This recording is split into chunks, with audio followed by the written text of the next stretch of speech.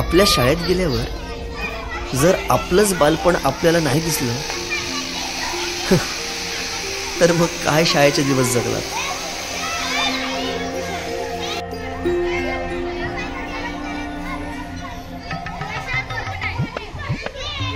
काय रे, अभ्यास नाही केला? चल निघ. बाई मी गृहपाठ केले पण वही नाही भेटली. भेटली नाही, मिळाली. माणसं भेटतात आणि वस्तू मिळतात, कळलं? चल बाई मी आलोच.